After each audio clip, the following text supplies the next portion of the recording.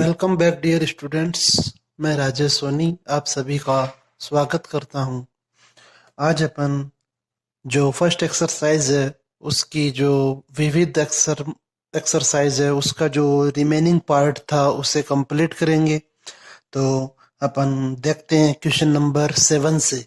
तो question number 7 में आपको दिया गया है कि समुच्चय Q0 पर, तो Q0 पर एक संक्रिया A star B is equal to A into B upon 2 दिया गया है। तो आपको इसका तत्समक अवयव ज्ञात करना है। तो अपन सबसे पहले यहाँ पर लिख लेंगे कि माना ए बिलोंग टू Q0 के लिए तत्समक अवयव ई है, अतः तत्समक फलन की परिभाषा के अनुसार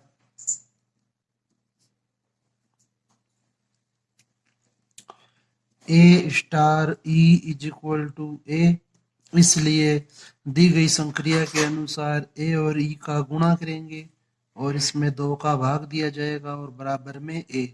तो ए से ए कैंसिल, तो यहाँ से आपको मिला ई बाई 2 इज इक्वल टू 1 और जो ई की वैल्यू है वह होगी 2। यह हमारा क्वेश्चन नंबर 7 था। तो यहाँ पर जो तत्समक अवयव है उसकी वैल्यू होगी 2। इसके बाद नेक्स्ट जो क्वेश्चन है क्वेश्चन नंबर 8, उसमें आपको एक संक्रिया दी गई है और इसके आधार पर हमें बताना है कि यह क्रम विनिमय अथवा साचार्य है अथवा नहीं। तो सबसे पहले अपन जांच कर लेते हैं इसकी क्रम विनिमयता की। तो जब आप क्रम विनिमयता की जांच करेंगे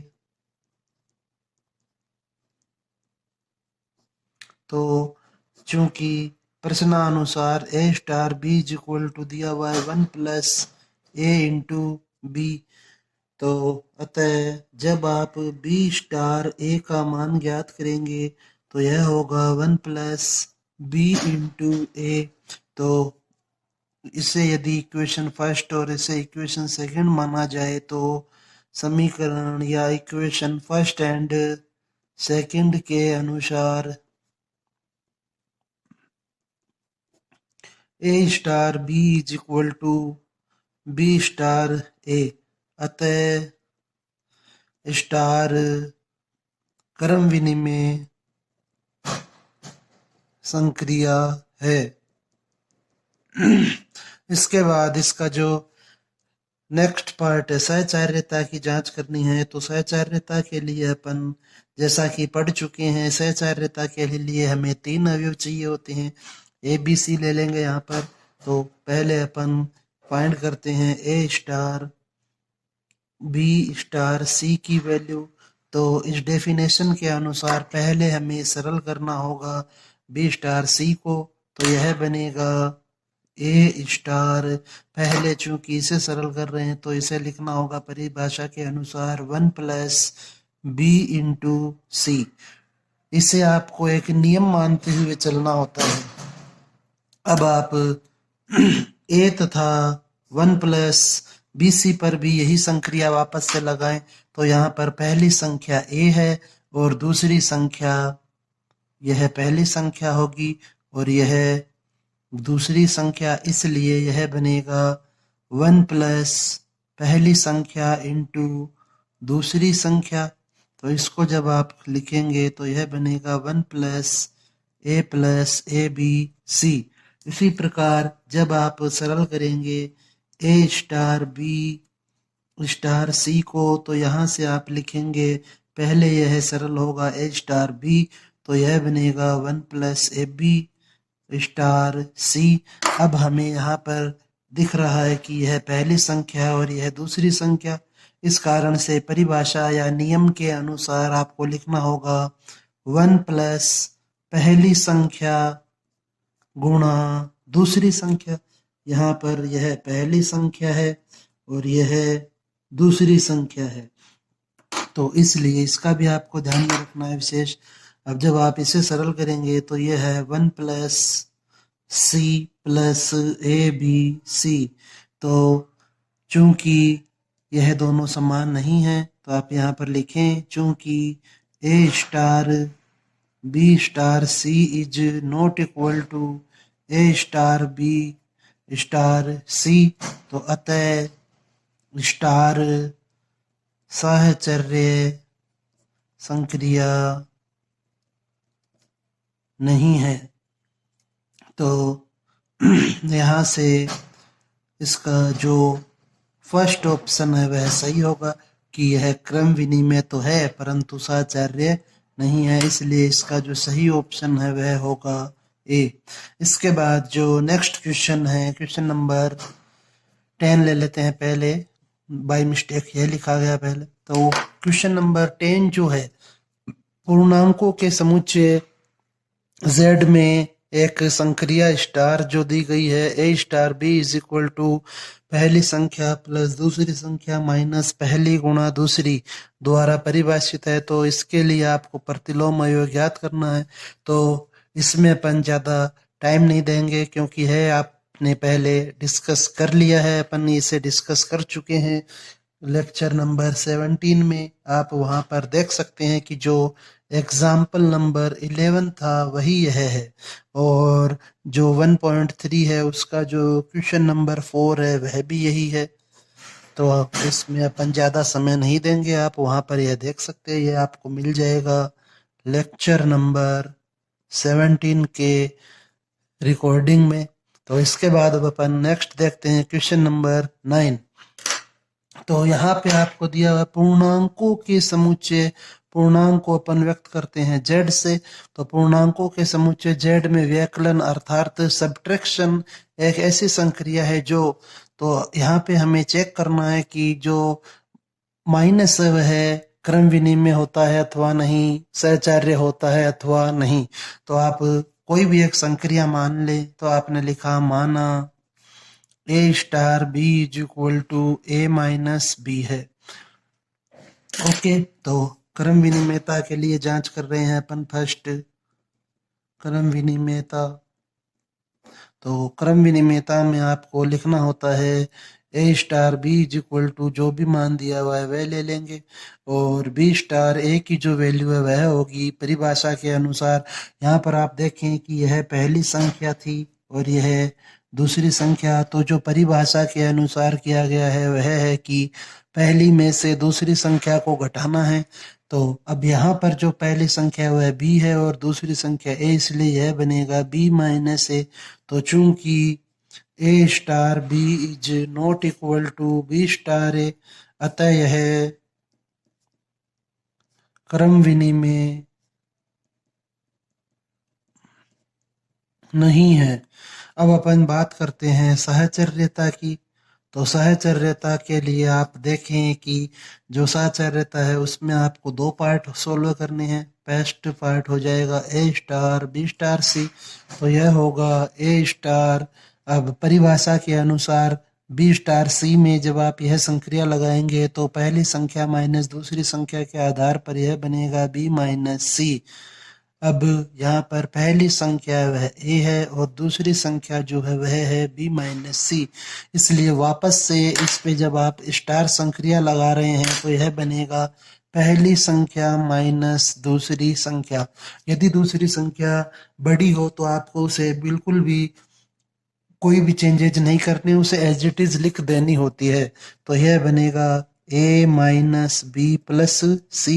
इसके बाद जब आप इसका नेक्स्ट पार्ट फाइंड करेंगे ए स्टार बी स्टार सी, तो यह बनेगा ए माइनस बी स्टार सी।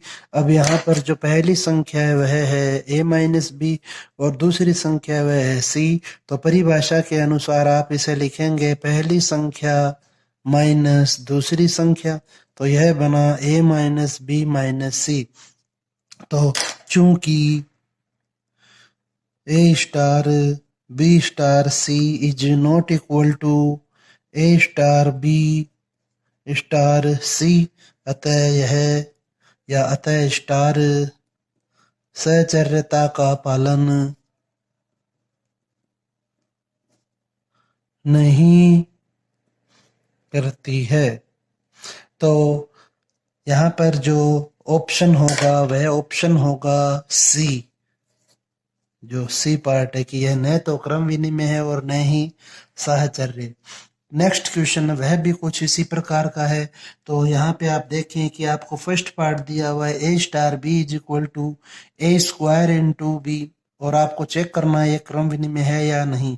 तो जब अपन बी स्टार ए ज्ञात करेंगे तो वह बनेगा बी स्क्वायर इंटू ए। तो चूंकि यह दोनों समान नहीं है, यहाँ पर जो ए स्टार बी है वह बराबर नहीं है बी स्टार ए के, इसलिए जो ऑप्शन ए है वह रॉन्ग होगा। इसी प्रकार यदि अपन बात करें ऑप्शन बी की, तो बी स्टार ए करने पे आपको मिलेगा बी की पावर ए, और यह भी रॉन्ग है कि ए स्टार बी और बी स्टार ए की जो वैल्यू है वह समान नहीं है, इसलिए ऑप्शन बी भी रॉन्ग होगा। और यदि अपन बात करें ऑप्शन सी की, तो बी स्टार ए करने पे आपको यहाँ पर देखना है कि ये किस प्रकार से हो रही है संक्रिया। तो ये पहली संख्या है और ये दूसरी संख्या, तो यहाँ पे आपको लिखना है पहली संख्या प्लस दूसरी संख्या प्लस पहली गुणा दूसरी। तो इसके आधार पे आप लिखेंगे पहली संख्या, यहाँ पर बी है इस कारण से बी ए बी इंटू ए। तो यह दोनों समान है कि बी स्टार ए की जो वैल्यू है वह बराबर है ए स्टार बी के, इस कारण से जो ऑप्शन सी है वह सही होगा।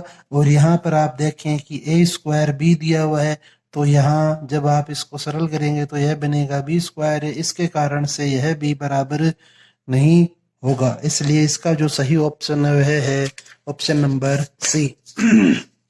इसके बाद जब अपन बात करें क्वेश्चन नंबर 12 की, तो जो क्वेश्चन नंबर 12 है यह भी अपन डिस्कस कर चुके।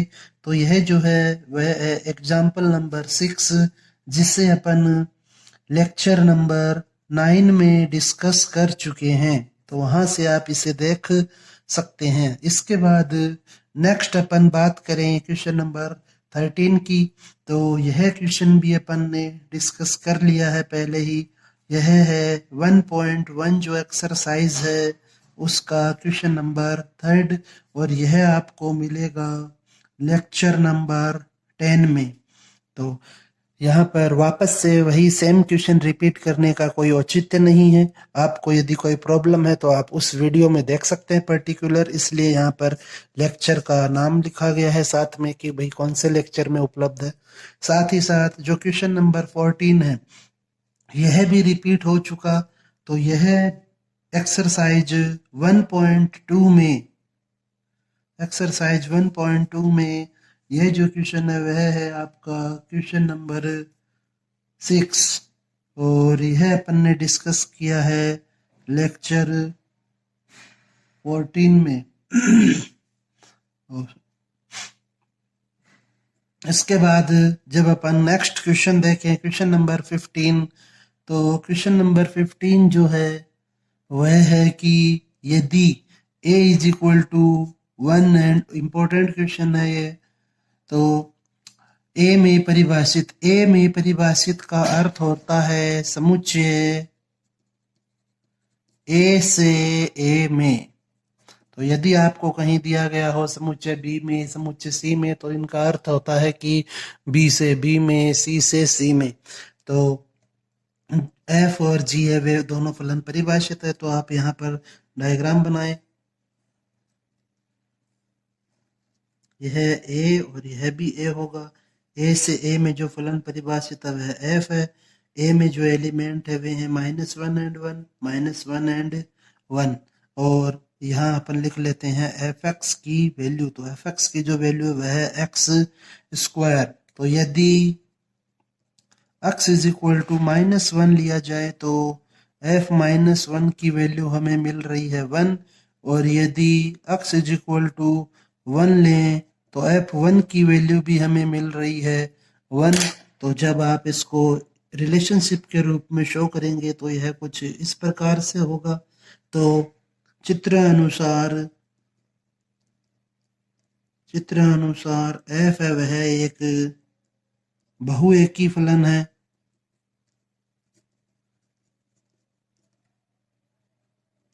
इसलिए अपन यहाँ पर एफ इनवर्स को ज्ञात नहीं कर सकते हैं, अर्थात एफ इनवर्स विद्यमान नहीं होगा।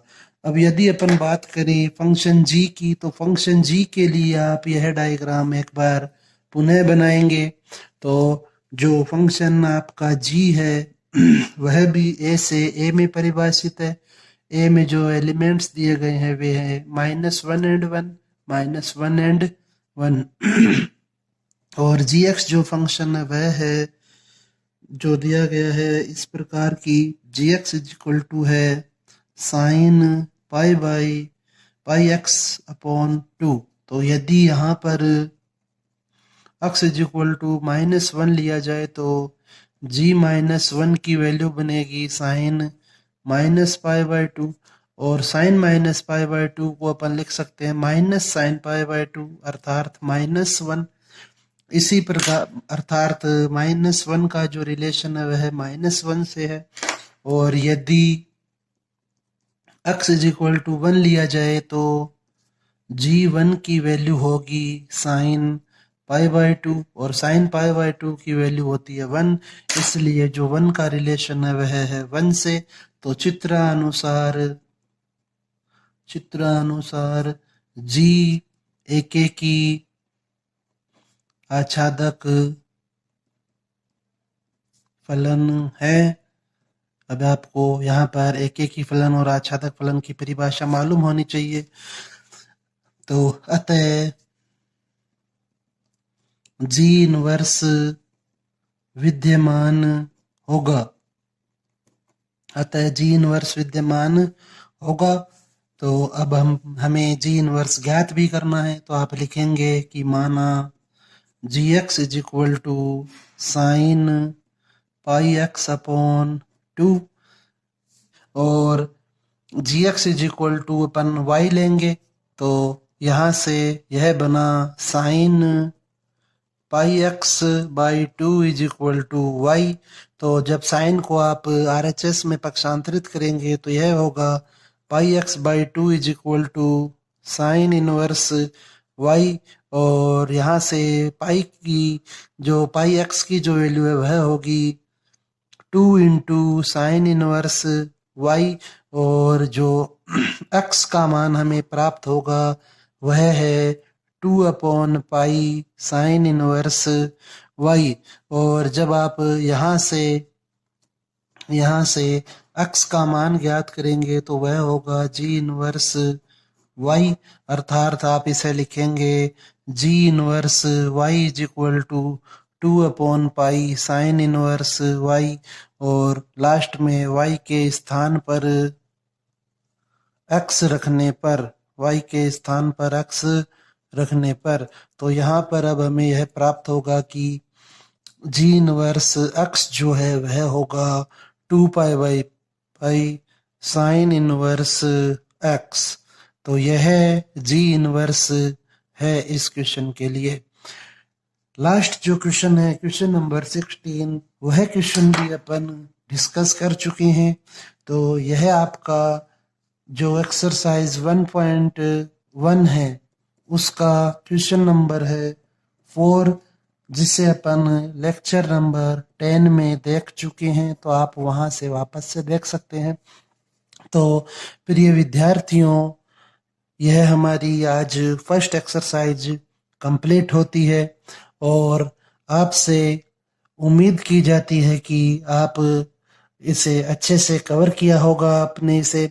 और कहीं भी किसी को भी कोई प्रॉब्लम हो यदि, तो आप बेझिझक इसे डिस्कस कर सकते हैं मुझसे। तो और आपका जो मैथ का पेपर है अभी वो होना शेष है, इसलिए आप आपके अध्ययन को निरंतर जारी रखें। ओके, समय को बिल्कुल भी व्यर्थ न करें। धन्यवाद प्रिय विद्यार्थियों।